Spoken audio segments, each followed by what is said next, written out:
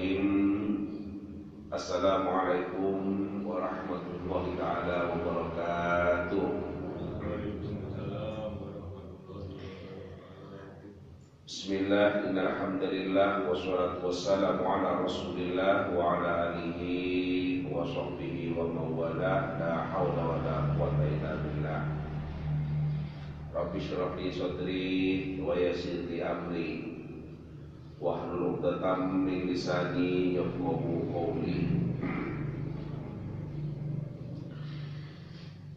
Ibu bapak hadirin sekalian dirahmati Allah, syukur alhamdulillah kita haturkan kehadiran Allah Azza wa Jalla yang telah memberikan nikmat berupa kesempatan kepada kita semua, sehingga pagi ini kembali kita bisa bersama-sama di majelis taklim ini untuk mengkaji ilmu-ilmunya Allah. Mudah-mudahan kehadiran kita semua dicatat oleh Allah sebagai amal soleh kita yang pagi ini berkumpul di masjid ini. Mudah-mudahan besok di akhirat dikumpulkan kembali sama-sama berada dalam surga. Amin Allahumma amin. Monggo kita lanjutkan ngaji kita.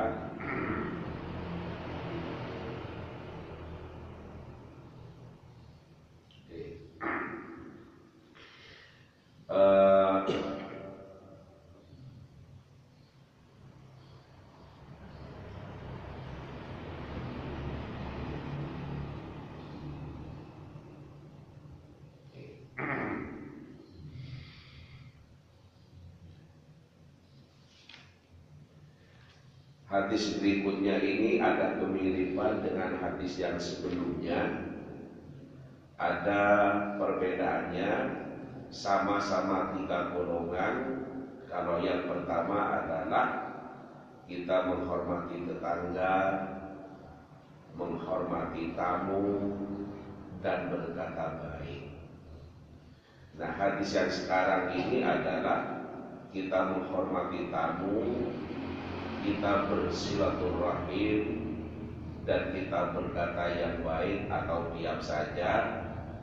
Maka perbedaannya adalah tamu sama-sama tamu, berkata baik sama-sama berkata baik. Cuman kalau yang sebelumnya adalah baik dengan tetangga sesuai dengan babnya, yang sekarang ini adalah silaturahim. Saya baca saja.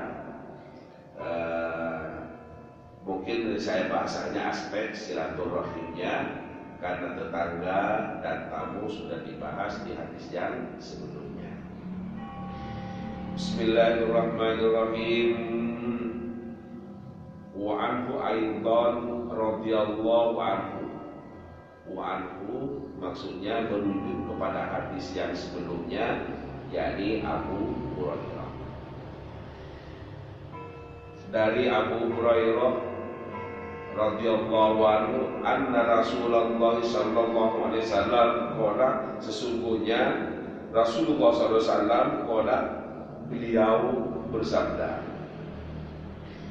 man kana yu'minu billahi wal yaumil akhir, barang siapa yang beriman kepada Allah dan hari akhir, falyukrim dhaifahu, maka muliakan tamunya.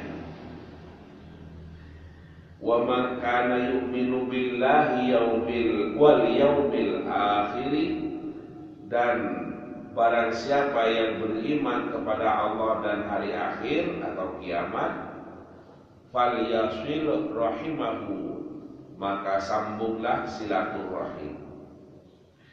Wa man kana yu'minu billahi wal yaumil akhir, dan yang ketiga, barang siapa yang beriman kepada Allah dan hari akhir, faliyakul khairan, maka berkatalah yang baik, aw liyasmut, atau diam saja.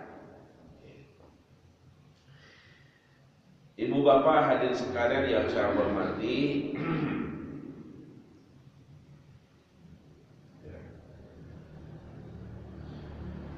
Ada 3 perintah dari Rasulullah kepada umatnya bahwa jika kita ini beriman kepada Allah, percaya bahwa ada hari kiamat, maka kata Rasulullah, falyukrim dhaifahu, maka muliakan tamunya. Demikian juga kalau kamu beriman kepada Allah dan hari akhir, yang nomor 2, falyasil rahimah, maka sambunglah silaturahim. Dan yang ketiga, falyakul khairan aw liyasmut, maka berkatalah baik. Kalau tidak bisa berkata baik, aw liyasmut, atau diam saja. Muttafaqun alaih. Hadis ini sahih. Jadi mengulangi yang tadi, bahwa di hadis sebelumnya ini sudah disebutkan, yang membedakan adalah kalau yang sebelumnya ada unsur tetangga tapi tidak ada silaturahim, nah hadis yang sekarang ini tidak ada unsur tetangga tapi silaturahim. Nah, maka hadis ini adalah saling melengkapi, saling menyempurnakan. Nah, berarti kalau saya baca kesimpulannya dari 2 hadis ini, maka kata Rasulullah, barang siapa yang beriman kepada Allah dan beriman kepada hari akhir, maka hendaklah memuliakan tetangga, 1. Yang kedua, memuliakan tamu, 2. Yang ketiga, saling bersilaturahim, tidak boleh memutus silaturahim, itu yang ketiga. Kemudian yang keempat, berkata baik. Kalau tidak bisa berkata yang baik, auliyasmut, diam saja. Oke. Yang berbeda dengan sebelumnya adalah silaturahim. Kalau memuliakan tamu sudah kita bahas sebelumnya, berkata baik sudah dibahas sebelumnya, demikian juga memuliakan tetangga. Sekarang yang berbeda adalah silaturahim. Nah, silaturahim ini adalah menjadi ajaran agama kita. Kita diperintahkan untuk bersilaturahim. Dalam hadis yang lain, orang yang senang silaturahim itu barokahnya, 1, akan dimurahkan rezekinya oleh Allah. Yang kedua, akan dikaruniai panjang umur oleh Allah. Pertanyaannya, siapa yang tidak senang rezekinya lancar, umurnya panjang dan sehat? Saya yakin semuanya ini adalah menjadi dambaan setiap orang. Umurnya panjang tapi sakit-sakitan, ya orang tidak senang. Umurnya panjang kau lo sing dikai bronco, tidak senang juga. Betul kata apa ini. Tapi orang yang senang silaturahim, hikmahnya atau barokahnya akan dilancarkan rezekinya oleh Allah dan akan mendapatkan umur yang panjang. Karena itu monggo silaturahim kita mulai dari al-aqrabi, keluarga-keluarga yang dekat. Kalau kita sebagai anak, ayo kunjungi orang tua kita, ayo kunjungi saudara-saudara kita, terutama yang ekonominya lebih lancar, harus datang kepada yang berekonomi tidak lancar. Kenapa? Ini sudah umum bahwa yang miskin itu kadang suka mau datang kepada yang sugih. Nah, caranya yang sugih. Jangan melihat aku lebih tua, aku dulur tua, mesti adikku tak yang datang ke aku. Mestinya iya. Tetapi kadang dalam kehidupan sosial Ekonomi itu bisa menjadi, kalau bahasa sekarang, sekat psikologis. Perasaan itu tidak enak kan. Nah, padahal yang tidak benar. Nah, karena yang dilihat oleh Allah itu bukan karena hartanya.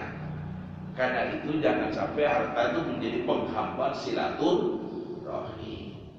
Yang kedua, biasanya yang jadi penghambat itu oleh-oleh. Gak ono sing digowo, gak sitorono. Mau silaturahim kadang opole apa digowo ka ono. Akhirnya gak jadi. Silaturahim membawa oleh-oleh, atau orang Jawa menyebut buah tangan, itu bagus. Tetapi kalau tidak ada, ya tidak apa-apa. Jadi jangan jadi penghambat untuk silaturahim. Ke orang tua disambangi, saudara disambangi, terutama saudara yang sukses harus mengawali bersilaturahim kepada saudara yang tidak sukses. Karena itu tadi, yang tidak sukses itu kadang malu. Kalau diterus-teruskan bisa putus silaturahimnya. Dan tamu itu bersilaturahim dan bertamu. Katanya Nabi itu, orang silaturahim itu datang membawa rezeki, pulang menghapus dosa. Nah, sampai tidak senang, rezekinya ditambah, kemudian dosa-dosanya dihapus atau diampuni. Nah, karena itu, ayo ajaran agama kita ini jangan hanya diketahui, tapi juga diimplementasikan, dilaksanakan dalam kehidupan sehari-hari. Silaturahim wapi orang wapi. Mencari ustaz itu datang membawa rezeki, pulang menghapus dosa. Karena tapi tidak pernah silaturahim. Maka ini namanya silaturahim hanya menjadi pengetahuan, tapi tidak menjadi pelaksanaan. Nah, untuk itu ya diketahui, ya juga dilaksanakan atau diamankan. Nah, tadi langsung ke hadis berikutnya, karena yang lain sudah dibahas sebelumnya. Bismillahirrahmanirrahim. Wa anhu radhiyallahu anhu qala. Masih dari riwayat Abu Hurairah. Qala, Abu Hurairah itu berkata. Apa kata Abu Hurairah? Ja'a rajulun, datang seorang laki-laki ila Rasulillah sallallahu alaihi wasallam, kepada Rasulullah sallallahu alaihi wasallam. Faqala, kemudian laki-laki itu berkata, ya Rasulullah, wahai Rasulullah, man ahaqqun nasi bi husni sahabati,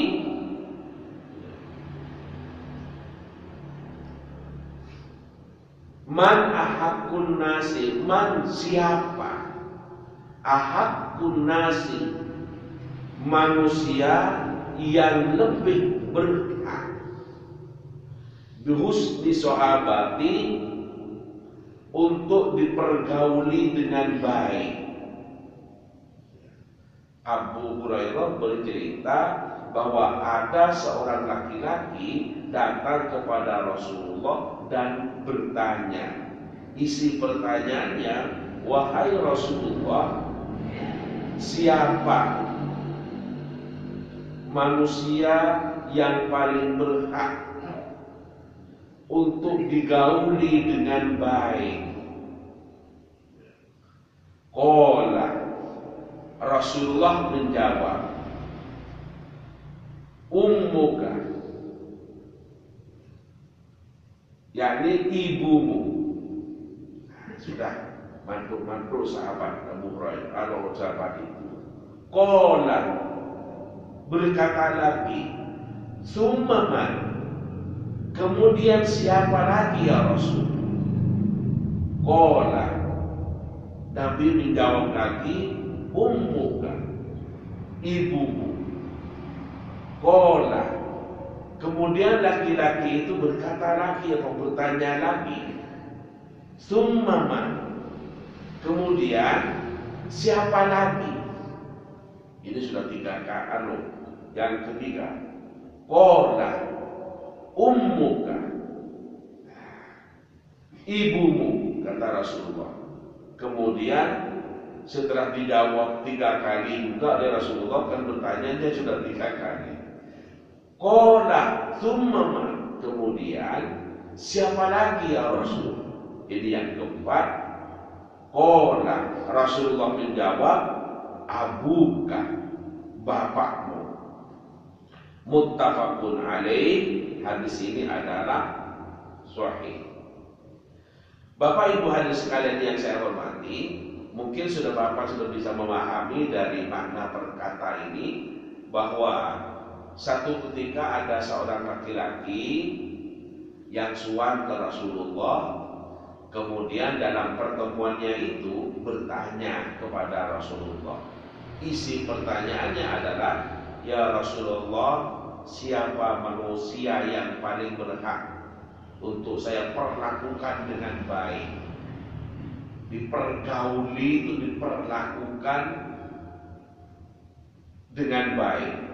Nah, jawab Rasulullah, ibumu. Kemudian orang itu tanya lagi, dijawab oleh Rasulullah, ibumu. Kemudian orang itu tanya lagi, kemudian siapa lagi ya Rasul? Ibumu. Dijawab sampai 3 kali. Nah, yang keempat tanya lagi, summa, qala summa man. Nah, tanya lagi, kemudian siapa ya Rasulullah? Abuka, bapakmu. Nah, ibu bapak hadirin sekalian yang saya hormati, ada beberapa hal yang bisa kita telaah dalam hadis ini. Yang pertama, mengapa Rasulullah itu kok mendahulukan ibu daripada bapak? Kedua orang tua ini adalah sama-sama mulia. Kedua orang tua ini, yakni ibu dan bapak maksudnya, sama-sama berjasa dalam kehidupan kita. Tapi pertanyaannya, kenapa kok ibu itu didahulukan oleh Rasulullah ketika ada seorang sahabat bertanya kepada siapa saya harus berbuat baik? Nah, kemudian Rasulullah menjawab mendahulukan kepada ibunya, tidak mendahulukan kepada bapaknya atau menyebut kepada kedua-duanya, enggak. Tapi mendahulukan ibunya, dan itu pun disebut 3 kali oleh Rasulullah. Ini adalah menunjukkan bahwa karena ibu itu adalah 1 yang mengandung, 2 yang melahirkan, 3 yang menyusui. 3 peran ini tidak bisa dilakukan oleh bapak. Karena memang secara kudrat kita diciptakan berbeda. Ada produksi, ada reproduksi. Nah, seorang ibu yang ditakdirkan oleh Allah untuk mengandung, yang hamil, ditakdirkan juga untuk melahirkan, dan ini secara kudrat tidak bisa digantikan oleh seorang suami. Betapapun hebatnya seorang suami tidak bisa. Allah memberikan kudrat yang demikian pada perempuan. Ini adalah menunjukkan kemuliaannya orang perempuan itu luar biasa bagi anak-anaknya. Oleh sebab itu maka anak itu kepada siapa mau berbuat baik? Rasulullah memerintahkan ibumu. Orang Jawa menyebutkan ibu itu adalah sebagai jimat. Ingin sukses hidupnya itu datang ke ibu, minta doanya ibu. Jangan sakiti ibu itu. kalau kita ingin hidup lancar dan sukses. Minta ridhonya. Saya itu setiap mau beruji, dulu itu selalu pulang, nemu ibu saya baru berangkat. Kemudian oleh ibu itu dilangkai ibu saya dilangkai oleh ibu saya, kemudian dipegang ubun-ubun saya, sukses kamu nak, sukses kamu nak, sukses kamu nak. Terus saya berangkat, ada sugesti, saling ke orang tua itu seolah-olah ada darah yang mengalir. Dan orang tua ke saya cium tangan ke ibu itu. Ada rasa percaya diri berangkat mau ujian. Merasa diridhoi oleh orang tua. Merasa direstui berangkat dan alhamdulillah. Mungkin karena doa-doa dari orang tua yang selalu mengalir kepada anaknya itu, setiap saya ujian lolos terus. Mau ke pascasarjana lolos, mau tes dosen lolos, alhamdulillah. Nabi dalam kesempatan yang lain pernah menyampaikan al-jannatu tahta aqdamil ummat. Surga itu di bawah telapak kaki ibu. Nah, surga di bawah telapak kaki ibu itu bukan berarti suruh angkat kakinya, lihat ada surga apa enggak, bukan itu. Itu artinya adalah bahwa restu dari orang tua itu adalah surga bagi anak-anaknya. Itu. Karena itu kalau ibu yang masih hidup, maka kita katanya orang Jawa masih memiliki jimat, Pak. Tapi ibu kalau sudah tidak ada, kepada siapa saya akan minta doa restunya. Nah, itu. Karena itu maka kalau mau berangkat berperang, minta ridhonya orang tua. Nah, berperang itu kan tidak selamanya angkat senjata. Nah, kita itu berjuang untuk menata karir kehidupan, itu termasuk juga berjuang. Karena itu kalau orang tua belum ridho, bagi saya jangan berangkat. Jangan berangkat. Itu. Betapa mulianya. Ibulah yang mengandung. Ini tidak bisa diganti oleh orang tua. Kalau misalnya yang nyuapi, ibu nyuapi bisa. Bapak nyuapi anak bisa. Tapi kalau mengandung itu secara kodrat tidak bisa. Karena anatomi manusia tidak memungkinkan untuk arah itu. Itu yang saya sebut sebagai kodratnya memang hanya perempuan yang hamil. Kalau misalnya dibesarkan misalnya ya itunya bisa pakai silikon dan sebagainya mungkin, tapi sampai kapanpun laki-laki tidak bisa menyusui, tidak bisa. Mohon maaf jangan dianggap jorok. Kalau hanya susunya mau dibesarkan, sekarang teknologi sudah canggih, pakai suntik silikon bisa, tapi tidak akan keluar ASI karena memang secara kodrat tidak bisa. Karena itu maka Nabi menyebut sampai 3 kali. Peran-peran ini luar biasa. Mengandung sampai 9 bulan. Berat. Perjuangan. Sambil didoakan. Diusap-usap kadang perutnya sama ibu. Kalau perempuan mudah-mudahan jadi anak cantik, kamu akhlaknya jadi anak yang cantik. Kalau laki-laki mudah-mudahan jadi anak yang ganteng wajahnya, ganteng anaknya. Di tengah orang lain belum mendoakan, ibu sudah mendoakan. Diusap-usap perutnya. Seorang ayam bebas tidur, telentang monggo, tengkur monggo. Ibu kalau sudah hamil 9, nggak bisa tengkur, nggak bisa, dan itu berat. Maka bukan berarti seorang ayah itu tidak mulia. Di hadapan anak itu sama-sama mulianya. Tapi Rasulullah menyebut mengedepankan ibu karena 3 hal itu tadi, yakni ibu 1 yang mengandung, 2 yang melahirkan, 3 yang menyusui. Maka darah daging kita ini sesungguhnya dari air susu ibu kita. Maka betapa naifnya jadi seorang anak kalau kita tidak hormat kepada seorang ibu. Nabi sendiri menyuruh 3 kali untuk kita hormat. Nah, pertemuan yang sebelumnya saya sudah menyebutkan, kalau kita hormat kepada ibu yang sudah dipanggil oleh Allah sudah tidak ada, ya ayo kita doakan. Barangkali pada masa hidupnya pernah berbuat salah, pernah berbuat dosa kepada Allah, ayo doakan mudah-mudahan diampuni dosa-dosanya. Allahumma firli wa liwalidayya warhamhuma kama rabbayani shaghira. Jumat kemarin juga saya sampaikan, ya kalau mau bilang amin ketika imam membaca Fatihah, Shiratal ladzina an'amta 'alaihim ghairil maghdubi 'alaihim waladdallin, maka awali dengan sebelum amin, Rabbil firli wa liwalidayya, amin. Rabbil firli, ya Allah ampuni dosa kami, wa liwalidayya, dan ampuni dosa kedua orang tua kami. Ini kan bagus.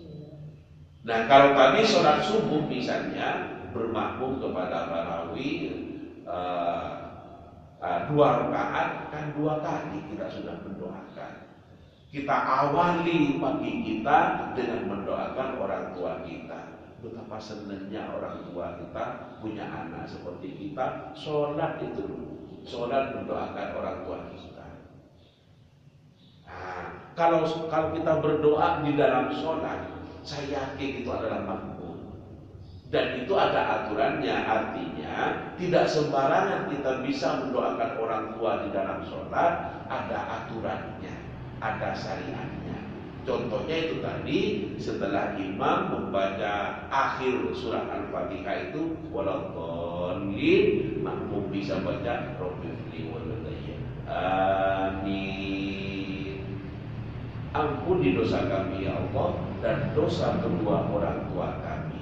Amin, artinya kabulkanlah permohonan kami, terimalah permohonan kami. Nah, itu bahasa Arabnya amin. Nah, itu. Nah, karena itu ya tidak boleh bilang amin. Nah, karena amin itu isinya kabulkan, terimalah permohonan kami. Terima. Oh, sama gitu. Bilang ke Pak Bupati saja tidak sopan, apalagi bilang kepada Allah. Amin. Amin. Terima. Nanti kalau orang yang ngerti di sampingnya maksa dia gitu. Kemudian yang kedua, dan disebutkan sampai 3 kali.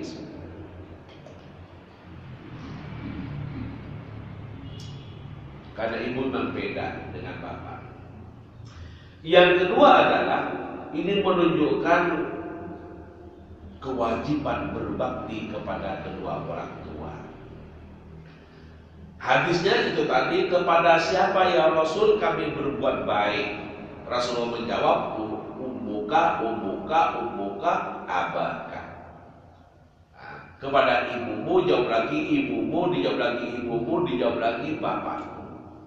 Nah, walaupun kepada bapak itu 1 kali, itu adalah ini menunjukkan bahwa kita itu harus berbuat baik bukan hanya kepada ibu, tapi juga kepada bapak, atau singkatnya berbuat baik pada kedua orang tua. Hadis ini menunjukkan atau sebagai dalil wajibnya kita itu berbakti kepada kedua orang. Itu yang kedua. Kemudian yang ketiga adalah perlunya kita mengetahui tentang fikih prioritas. Apa fikih prioritas? Nah, artinya pemahaman kepada siapa yang harus didahulukan. Nah, Nabi menyebutkan suruh mendahulukan kepada ibu. Lebih-lebih ibu yang sudah sepuh, yang tenaganya semakin tidak berdaya. Kepada siapa ibu ini berharap? kadang sudah ditinggal oleh suaminya yang dulu memberikan nafkah, sekarang kepada siapa kalau tidak berharap kepada anak-anaknya? Karena itu anak yang laki-laki ini harus mengerti pada tuntutan ibunya. Sebaliknya, anak yang perempuan yang menjadi menantunya itu, ya mengertilah bahwa suaminya itu sebelum menjadi milik istrinya adalah menjadi milik ibunya. Ibunya dulu yang membesarkan, ibunya dulu yang mendidiknya, ibunya dulu yang merawatnya. Karena itu ketika sudah sama-sama sepuh, kemudian suaminya berbakti kepada orang tuanya, maka tidak boleh seorang istri itu menghalang-halangi. Bahkan harus didukung. Mas, itu ibu diberi di antara tiap bulan semampu kita. Mampu 100.000, paling 100.000. Mampu 500.000.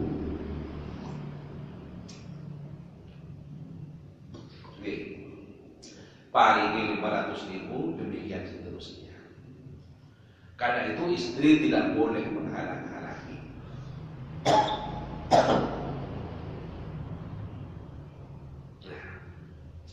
Seorang suami tentu harus berikan. Kalau penghasilan kita 1 juta, ya tentu tidak boleh semuanya diberikan kepada ibu, karena kita punya anak yang harus kita nafkahi, karena kita punya istri yang harus kita penuhi. Tetapi tidak boleh melupakan ibu, sisihkan sebagian untuk ibu dengan cara-cara yang bijak. Nah, istri yang harus mendukung, tidak boleh menghalang-halangi, karena itulah baktinya anak kepada orang tua.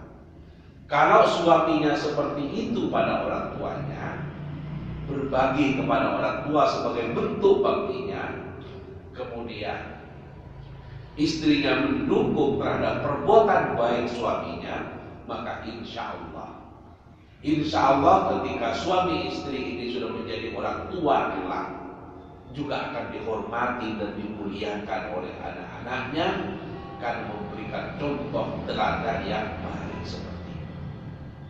Nah,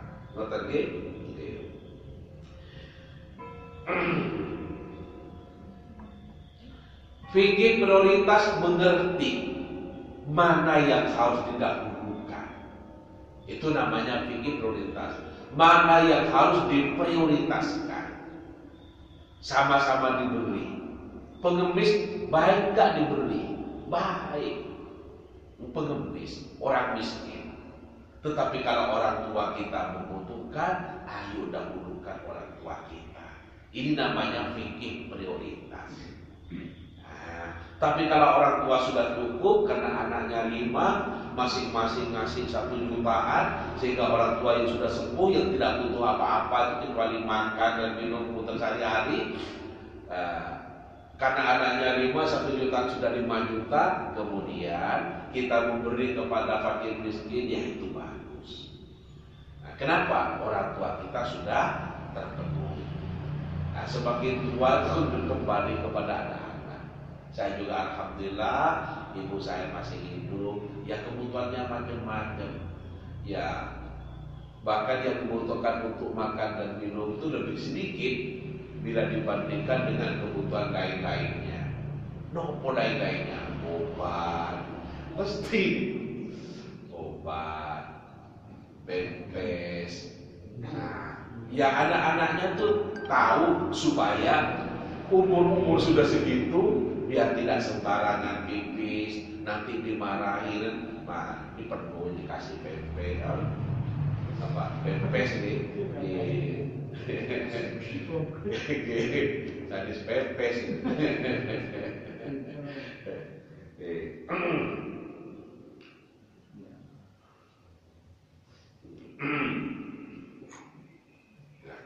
Kemudian yang manusia, yang ketiga, yang terakhir, hak manusia itu adalah berbeda dan bertingkat.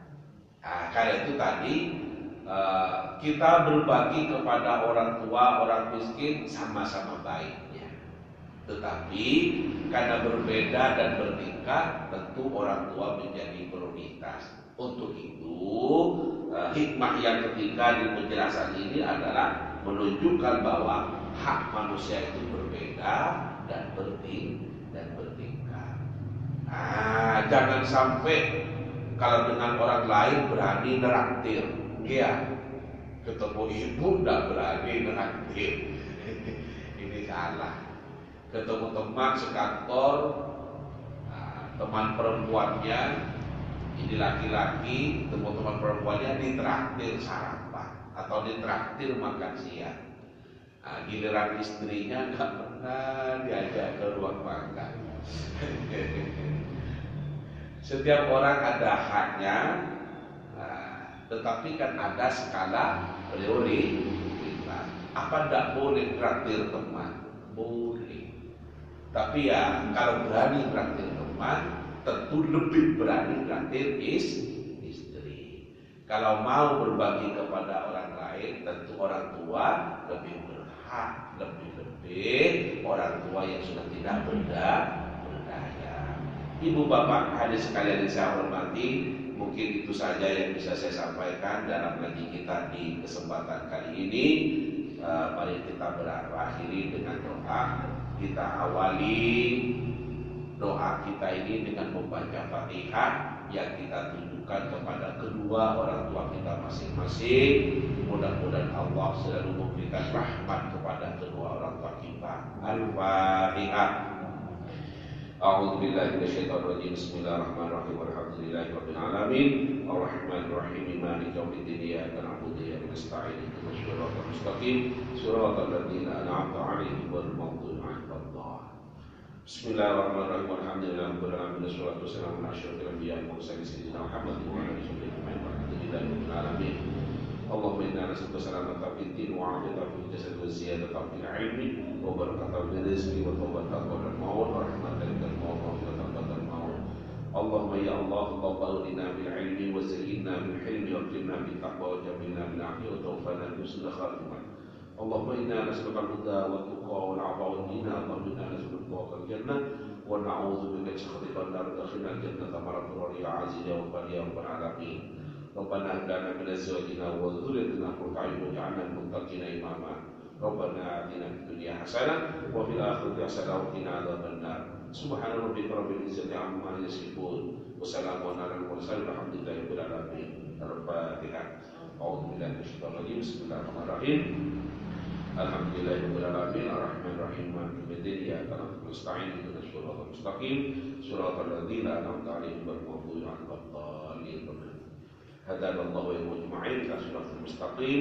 Wallahu muwaffiq ila aqwamit thoriq. Assalamualaikum warahmatullahi wabarakatuh.